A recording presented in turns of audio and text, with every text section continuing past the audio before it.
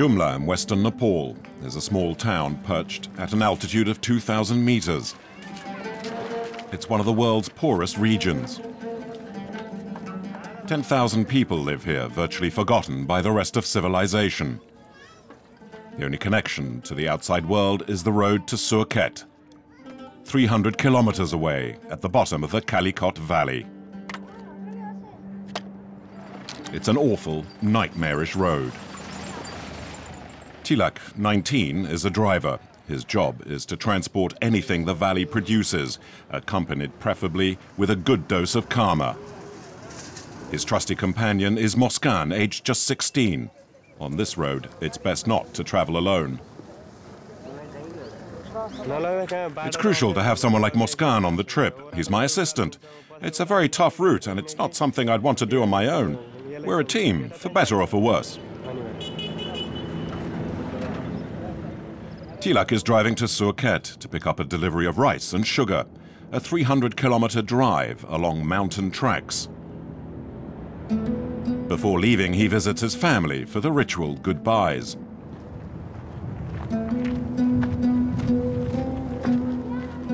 He was born in the small white house. His family is poor. Bijou, his mother, looks after his 5 brothers and sisters, and Tilak's father, Dana, is deeply concerned about his boy's trip. I'm happy he's got a job, but I worry about him the whole time. Jumla is the poorest region of Nepal, so at least he's working. I don't really have a choice. I need to make money for my family. Without it, we wouldn't have enough to live on.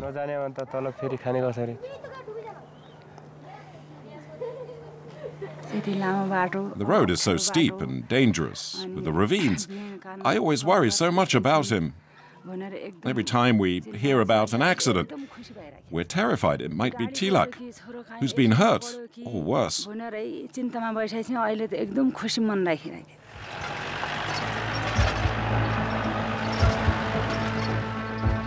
The mothers of those who venture onto the road compare it to an unpitying goddess who demands her share of sacrifices.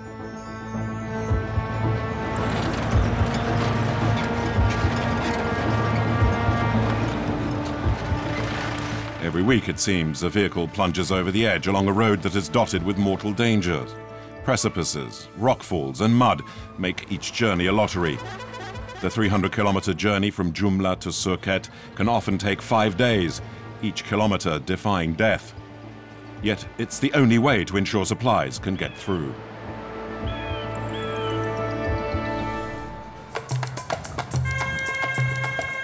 Surkhet is at 600 meters and is the economic lifeline for the entire region, the largest market in the hemmed-in valley.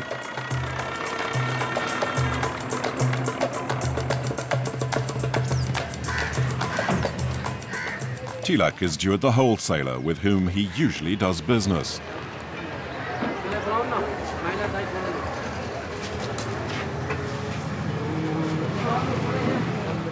He's been asked to transport 500 kilos of foodstuff to Jumla.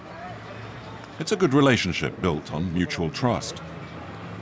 I'm sending up rice and sugar to the bazaar in Jumla, where I have a shop. Each bag is filled to the brim, and the jeep is packed, overloaded in fact, which causes Tilak some concern. Well, due to the harsh road conditions, I can take on maybe up to 600 kilos. Plus, there's the extra petrol.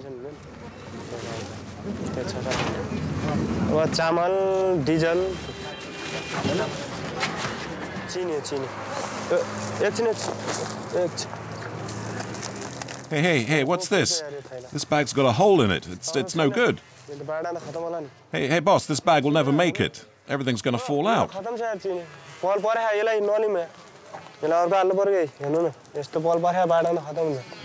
Don't worry, mate. I know the road's bumpy, but this will be okay, you'll see. The road to Jumla is very dangerous, isn't it? Very. There are quite a few fatal accidents.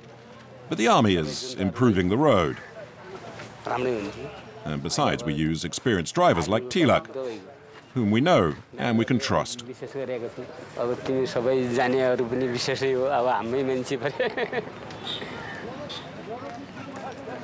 But every trip has its own share of surprises. Can you give us a lift? I'm heading for Jumla. Is that any good? I'll put your stuff in the back. The two men are Rothis, one of the last nomadic tribespeople of Nepal. Renowned as hunters and gatherers, they are held in high respect throughout the country. Refusing them a lift might bring bad luck.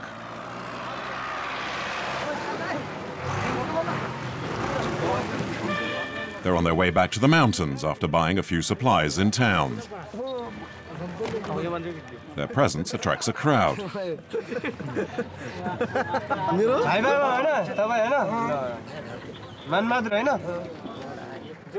you know Jumla? Jumla, yes, we've been up there. What were you doing there? Nothing much. We're nomads, so we're always on the move. It's freezing up there. Is that what you wear, or do you have special warm clothes? It is cold, but we have warmer clothes. It will soon be time to leave. It's a road Tilak has got to know well over the years. He knows every potential risk, each corner. Not something that can be said of his passengers, however. I worked in India for a year, like many other young people from where I'm from. When I came back, I met with jeep owners, and I trained for the job over 2 years, hoping one day to become a full-time driver. It's hard to begin with, but I have no complaints about that, or the cold, or the conditions of the roads. You need to persevere to succeed in life. That's what I did.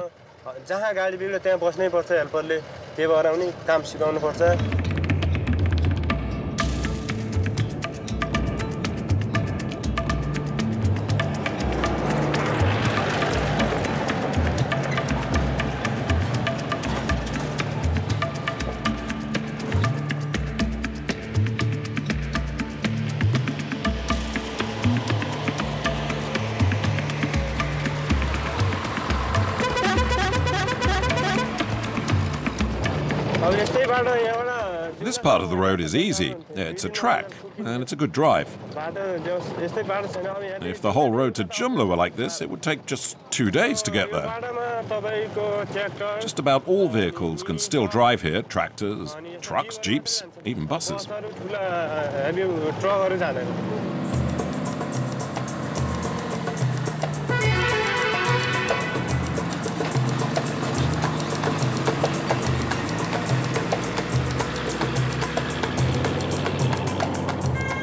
3 or 4 buses provide a daily service as far as Kirkujula. 11 hours for the 80-kilometer journey.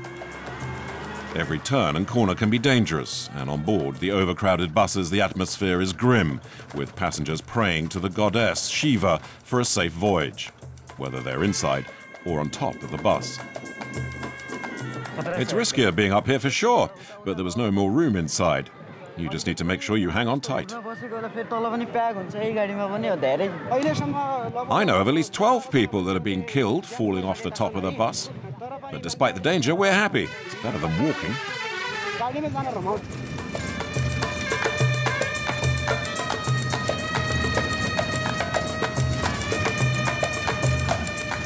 Tenzing, aged 26, is paid the equivalent of 15 euros a trip for driving the bus.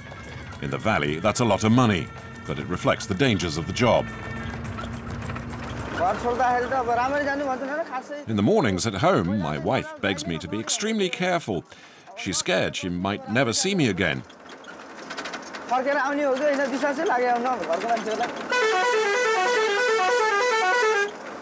I drive carefully for the passenger's sake and my own. The slightest error could be fatal. I have to be responsible, since the lives of all the people behind me are in my hands.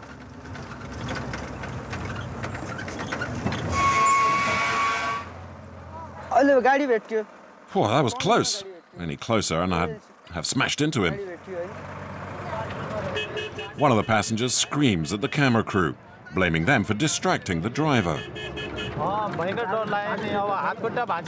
Stop interviewing him. You don't know how dangerous this road is. Let him concentrate on the road. Otherwise, we've all had it.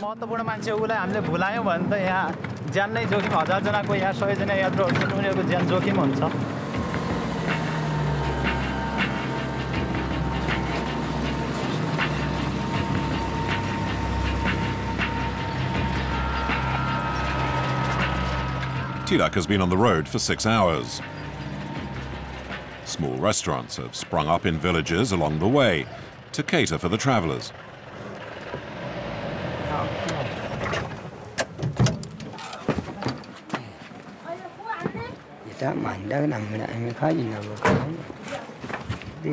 You must be tired. Nah, everything's fine. We'll stop and get a bite to eat in about an hour. What about your passengers? Well, I'm glad to have met them. I asked them a lot of questions, but they don't talk much. You see, they live in the jungle. Out there, it's a different world. They can't understand why people like us live in houses or wear these clothes or go to school, that sort of thing.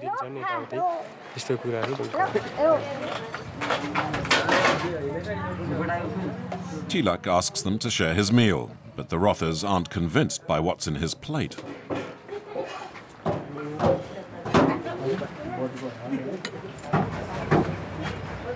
Go ahead, have some. It's dal, it's good. Rice and lentil juice is not something they are familiar with. These jungle men eat plants and monkey meat. It's better if you mix it with the lentil juice. Well, I'm not so keen on vegetables like these. You should eat vegetables, they're good for you. Okay, I'll try some. Eat some fish too. It's fresh, right out of the river.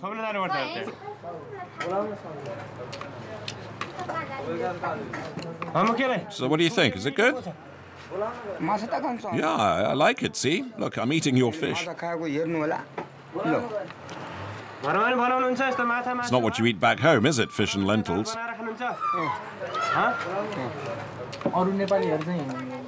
All Nepalese dream of owning a big house, yet you live in the jungles. Let me tell you this, my friend. You can keep your houses, and we will keep our forests.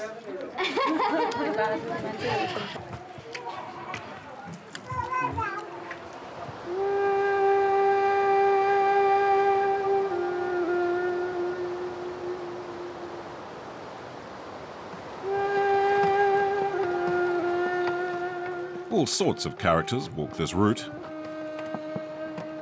This is Rajesh. He's just 15.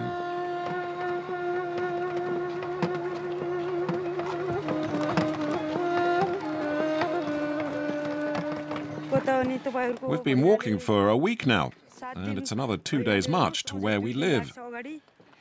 We were in India, working on a building site, building a stadium, carrying earth and rocks, working with crowbars, spades, and all of that. The work's finished now, so now we're going home.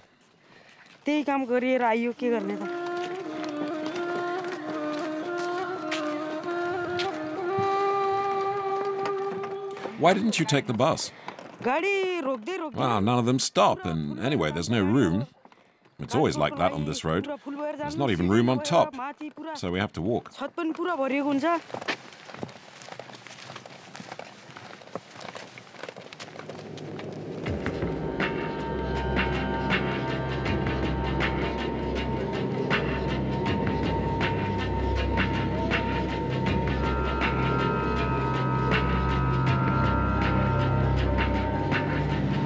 The road has now turned into a muddy track, churned up by the overloaded bus.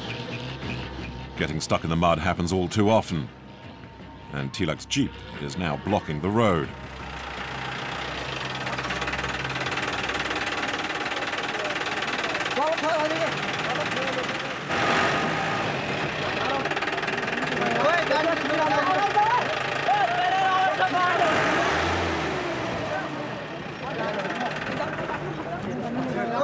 Everyone pitches in to help. The bus driver shouting his suggestions.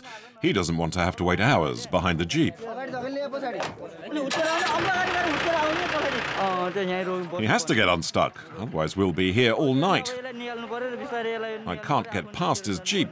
The road's not wide enough. There's always been a problem. Just one vehicle can block traffic in both directions.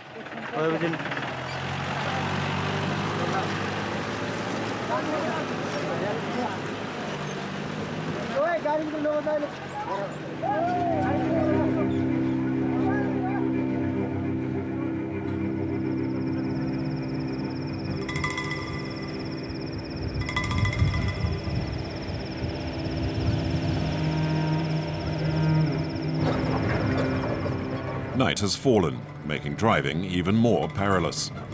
Tilak has been driving for hours, and his passengers have no idea where they are. They're looking for a cabin on the roadside, a landmark one of the Rothes finally spots.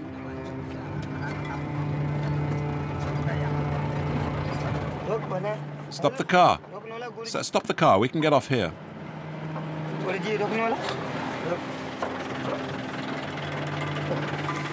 Are you sure this is it? Yes, yeah, I recognize this place. It's definitely here. Okay, my friends. Don't forget your things. Yeah, or your stick.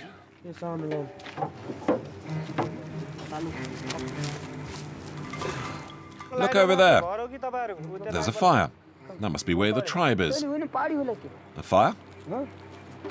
Oh, yeah. I see the light. The Rothes are grateful for the lift.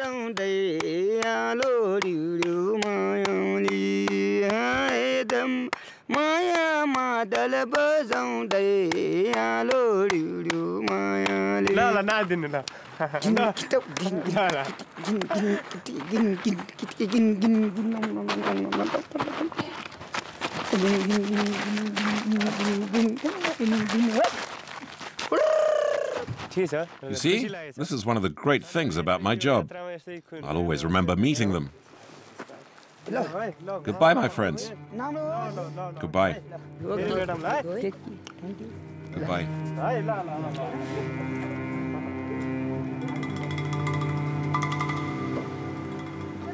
It will likely take the two men several hours to make their way down the ravine towards the campfire.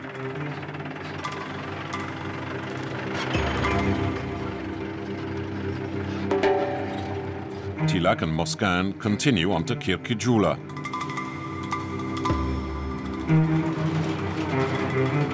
The bus depot is the last outpost before the climb up to Jumla in the mountains. It's as far as the buses can go. After this, there's only wilderness.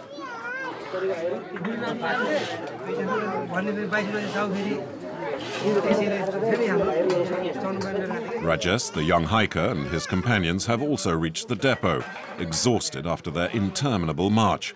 And it's not over yet. We'll be off again at dawn.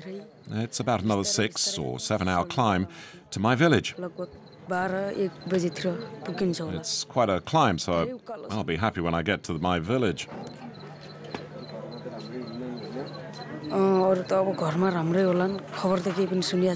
Nobody knows I'm coming home.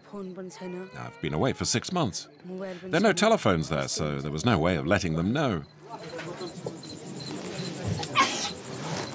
Seated at one of the village's small inns, Tilak and Moskan relax after 10 hours on the road. Hey kid, come and sit with us. Let's chat for a while. Have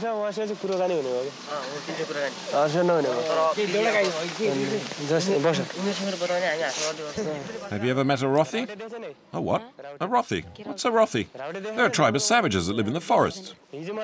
Well, I've had 2 of them in my jeep all day. I even shared my food with them.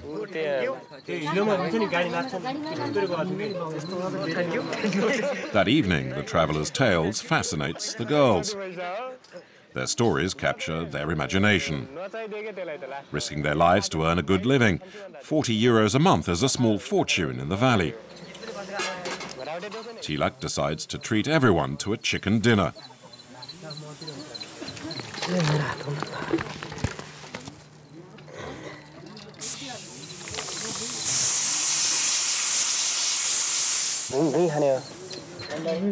Eat, young man. Get your strength back. The rice in India isn't as good as here, is it? Oh, it's okay. I prefer our kind of rice to the basmati they have there.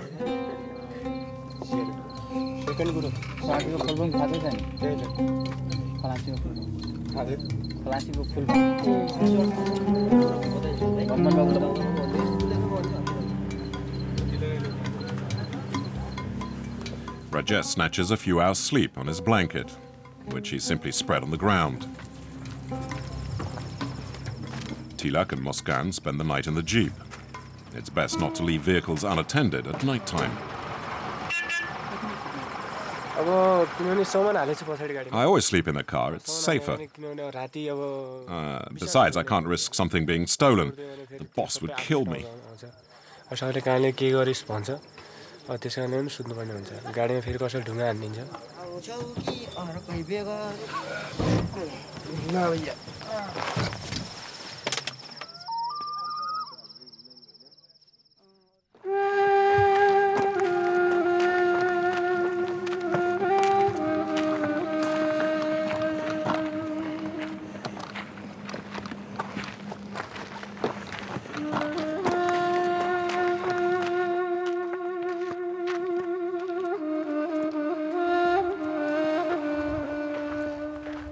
Looming over Rajesh and his friends, the mighty Himalayas.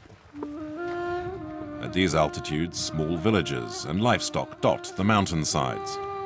Subsistence farming.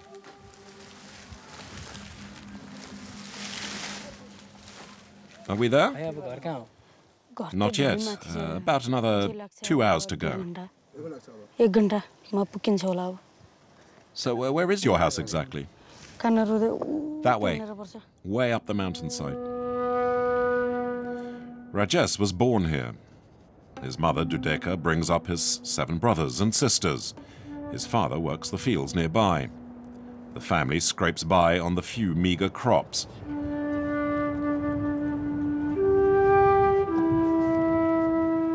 The return of Rajesh doesn't seem to make much of an impact. It's almost as if he'd never been away at all.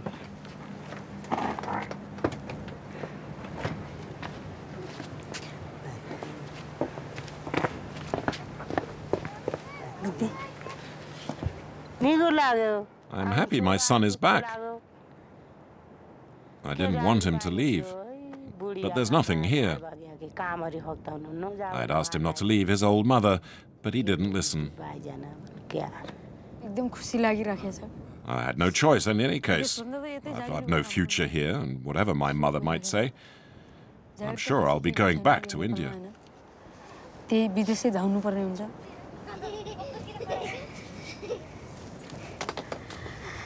As a consolation for his long absence, Rajesh has brought presents. In his case, which is carried all the way from India, he unwraps the surprise gifts. A blouse. Thank you, my son. Mine are just rags now. These are trousers, and there are some shirts. And these are some shoes for the little one. That's wonderful. We had so few clothes. What's this? It's a pullover. It must be for your father. You see, I was able to buy these because I worked and made many sacrifices. I worked on the building site from morning till night, breaking rocks, dug up the ground, made cement, and it was worth it. The happiness I feel today makes up for all that back-breaking work.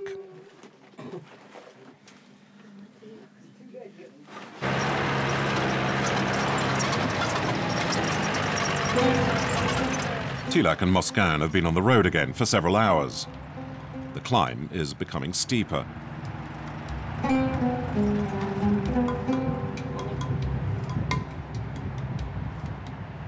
The road is narrower now. There's barely room for oncoming traffic. It's stressful. Accidents can easily happen here. Muskan now has his work cut out for him.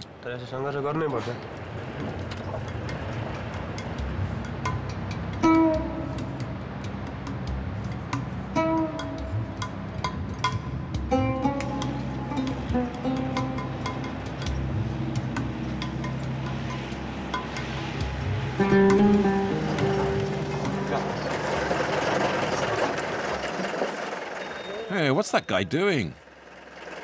Oh, great. Now what are we going to do?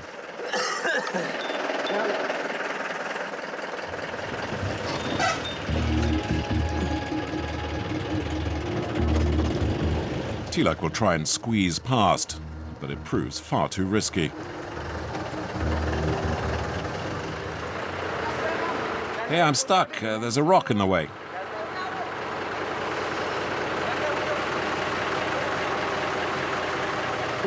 I can't get by. Reverse, go on. Reverse. In fact, reversing is the only possibility. And there's an unwritten rule. The smaller vehicle always makes way for the larger one. But this is unlikely to happen again, as beyond this point, there are few drivers that will risk the road.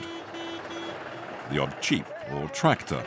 For anything bigger, it's far too dangerous. And this is when Moscan proves essential.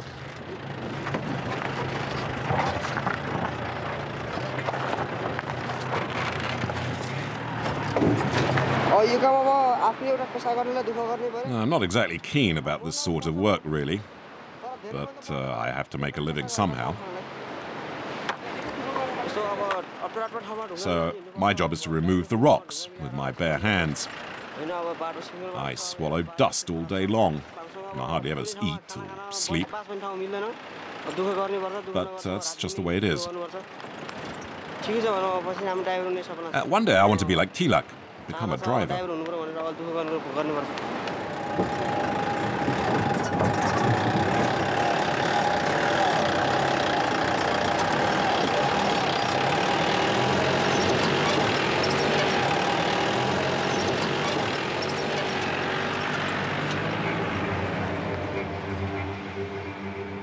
At night, 1,500 meters up, and despite the cold, they have to press on.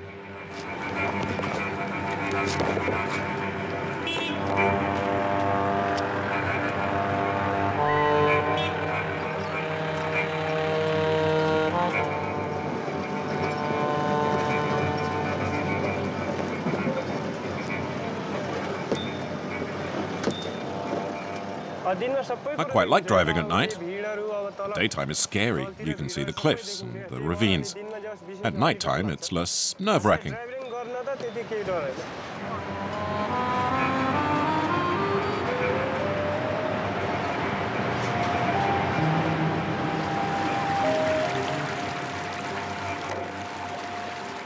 Here, get rid of that one over there.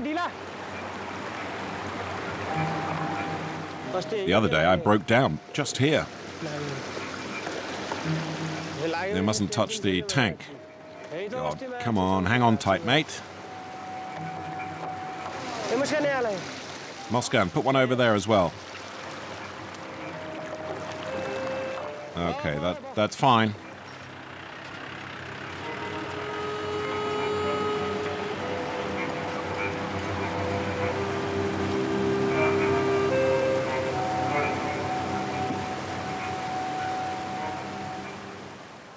Check the petrol tank hasn't been damaged. Yeah, don't worry. I'm checking everything. It's all okay? Yep, it's all good. You're sure nothing's broken? No, nothing. Everything's fine.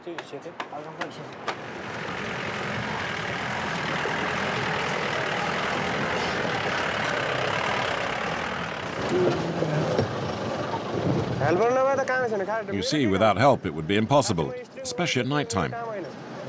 I have to stay behind the wheel, and he has to move the rocks.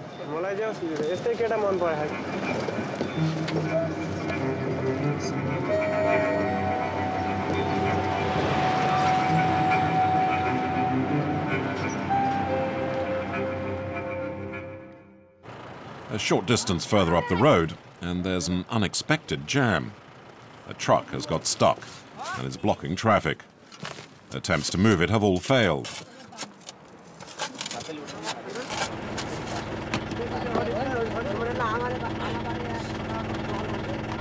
The tractor is making one more effort to move the truck.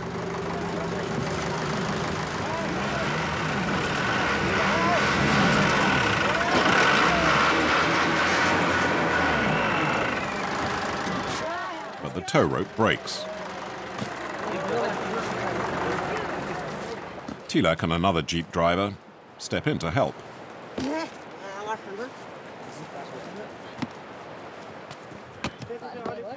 What are you trying to do here? I'm trying to widen the road using these rocks. We have to get through. Well, we can't stay here. I hope this works, I don't know. But I do know we can't spend the night here.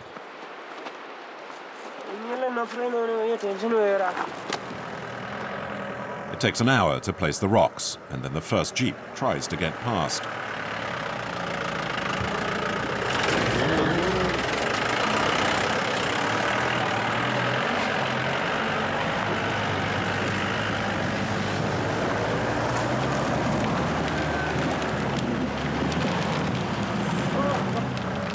Go on, go ahead. Moskam, put another rock there. Okay, try it now. It's Tilak's turn next, but he's nervous. The makeshift road hardly inspires confidence. Should be all right, but it's not exactly reassuring.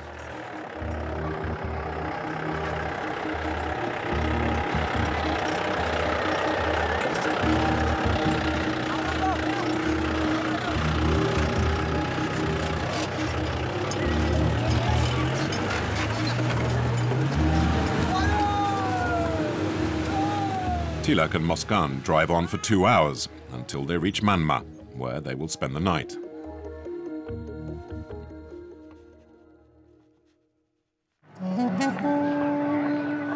"5,000 people live in Manma. In this village at 2,000 meters altitude, there's no running water and no electricity.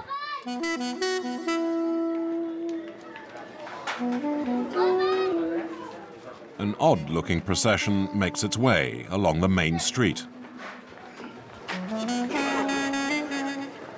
On the stretcher is Resma. 6 months earlier, she and her mother were on their way to market when the tractor they were riding careered into a ravine. Her mother was killed and Resma seriously injured. We left our village at daybreak. We'd been walking for 5 hours. It's very painful. It hurts so much." Where did the accident happen? Yeah, just back there, a bit further that way.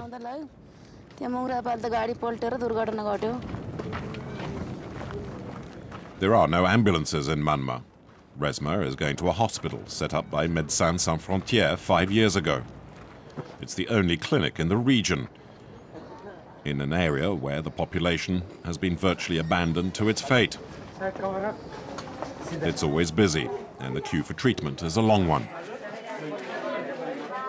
Only one doctor works here, Renee, a 31-year-old Dutch woman. Can you tell him that he can breathe normally? He doesn't need to...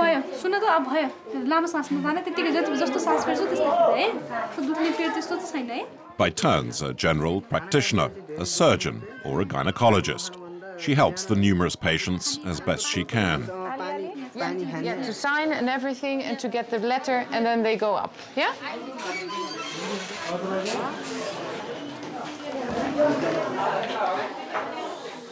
Hello. How are you today? Let's have a look. Yeah.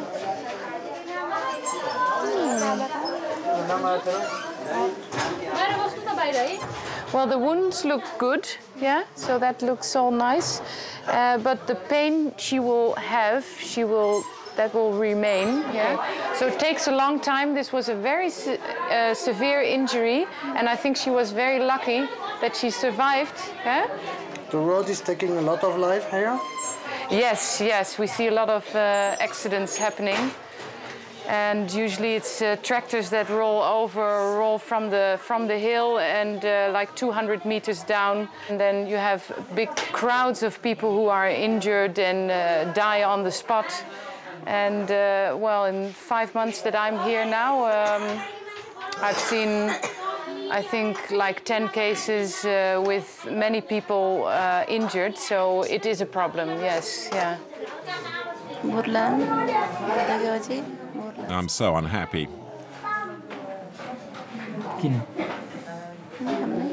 I damned that road that caused me all this pain and killed my mother. It's two different feelings. I see the bad side of it, and we also see the good side of it, that we can send the people away if they need more care than we can give. The road is a good access to more health and health care, and they call it the highway, but I don't know if that's the right way for it. Yeah. As for Tilak and Moscan, they're still on the mountain motorway.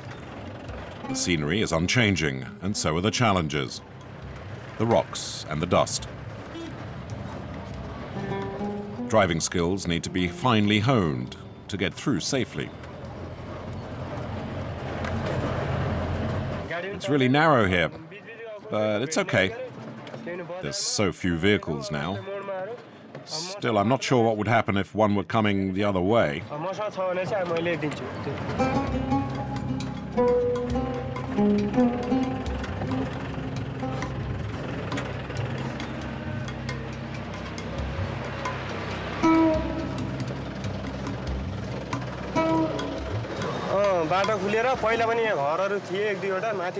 Look, there are all sorts of new buildings now.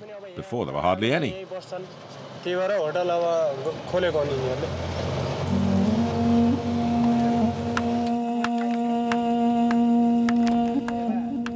Houses are springing up almost overnight, in the middle of nowhere. Their owners hoping to make a profitable living.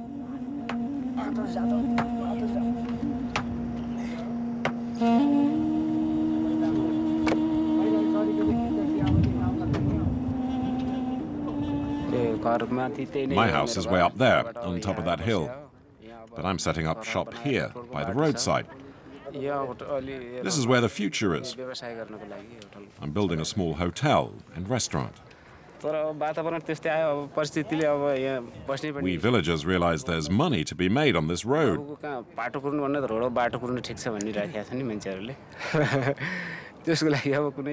And soon, once I'm settled, I'll get my family to come here as well.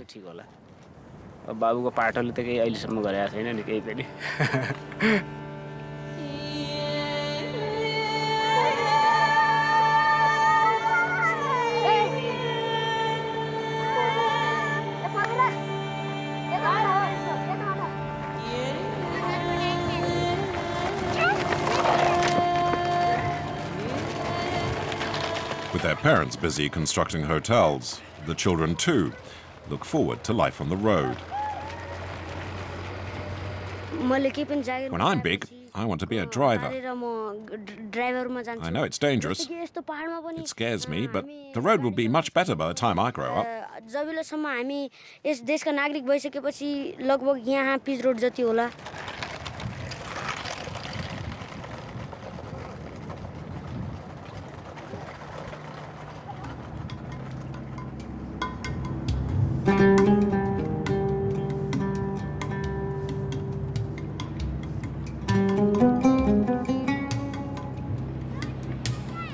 Tilak continues his journey to Jumla.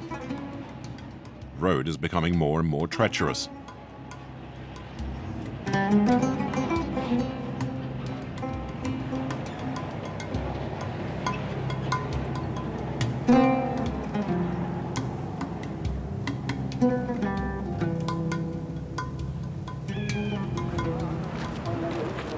After a sharp bend, two jeeps are at a standstill. Under a blanket in one of the vehicles is a man who is obviously in a bad way. What happened? There was an accident. A truck went off the road into the ravine. I'm taking one of the injured to hospital. The driver tried to avoid a rock in the road, and we went off the edge. 3 people were killed and 5 others injured. Where are you hurt? My right leg is broken. In the other jeep is one of the dead. Who is he? It's the assistant. Where's he from? He's a youngster from Surkhet. Was he working on the road a long time? Just 6 months. The rest of the injured have been taken to Jumla. This man is being taken to the hospital in Manma. It's a 5-hour journey with a broken leg on an untrustworthy road. I feel sorry for the young assistant. Everyone that works on this road is like a brother. I'm sure he wanted to be a driver. You know, this road is unforgiving. But fortunately for all of us who use it, it is going to be improved.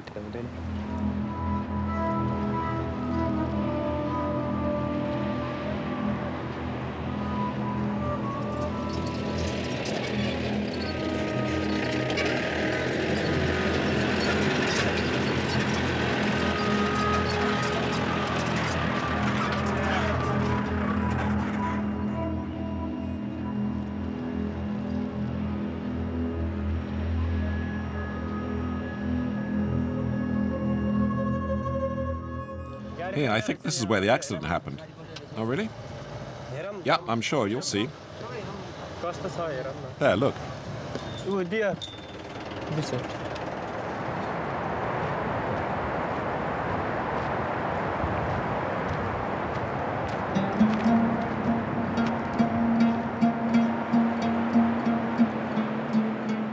Look, the tires aren't even damaged.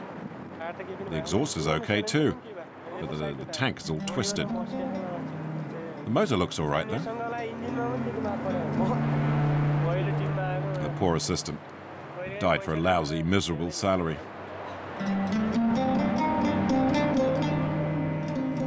Apparently his body was stuck inside the wreck. Yeah, I know. They were saying his head was completely crushed.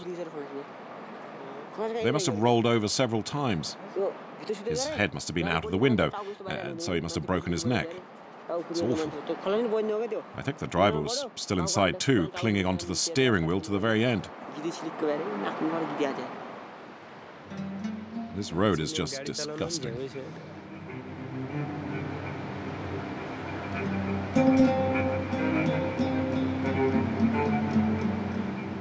Chilak, do you ever think about dying on this road?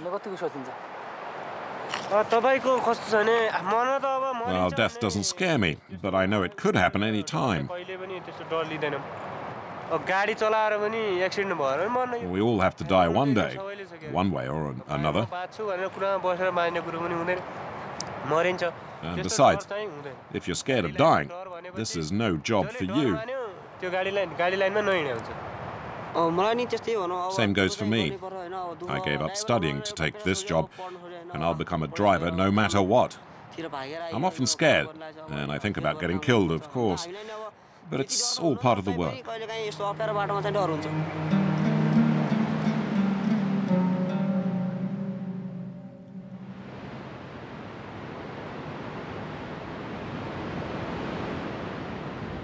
It's the final day of the trip. Brake check and a chassis inspection.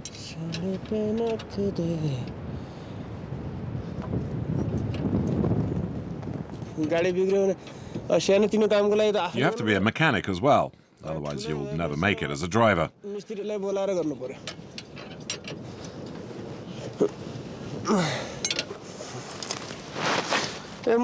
Muskan.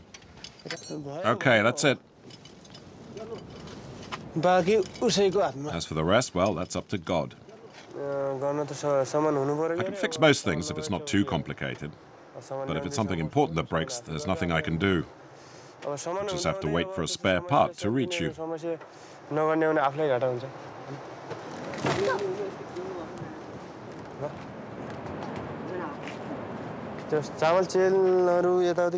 Everything's fine. Nothing's moved. The sacks haven't broken. The cargo's in one piece.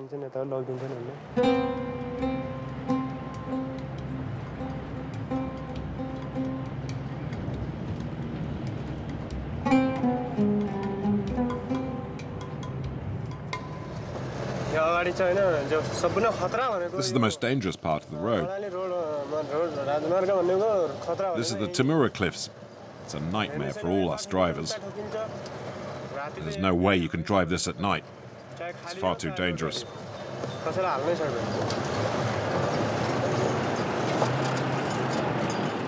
It's a notorious stretch. Rockfalls are common and deadly. There's no warning and no protection.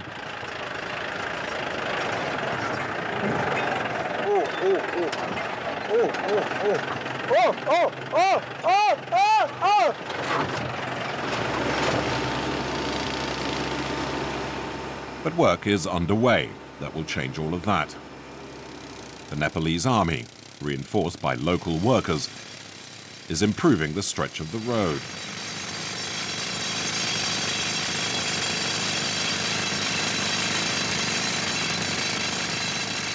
The method is basic, but seems to work. A stick of dynamite in each hole.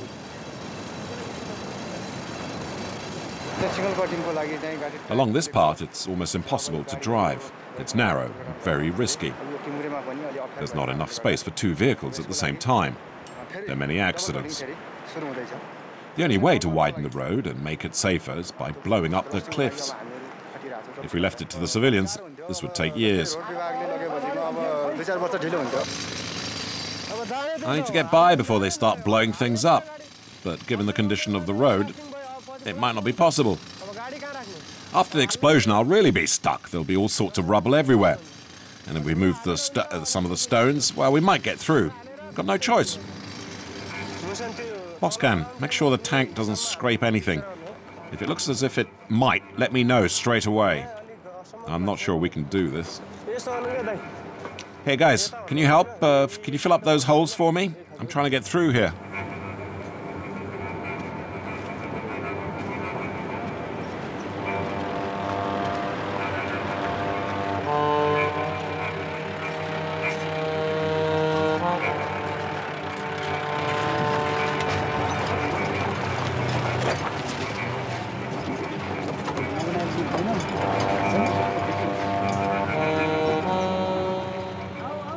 The Jeep just makes it.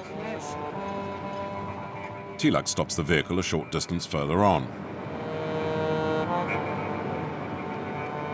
There's no way he's going to miss the explosion. The fuses have been lit and the army has just a few seconds to get out of the way. They've got a dangerous job too, don't they? No kidding. See how those stones flew all over the place?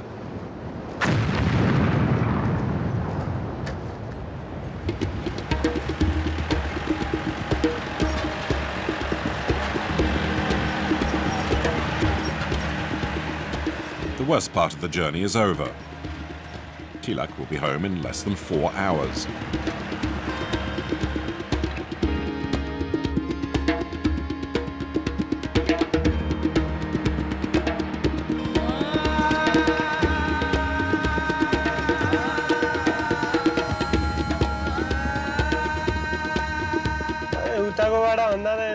Here we are. This is the motorway, my friend. Now we can relax, no more stress, and no more fear of dying. Nothing like it was back there. I could even drive with my eyes closed here.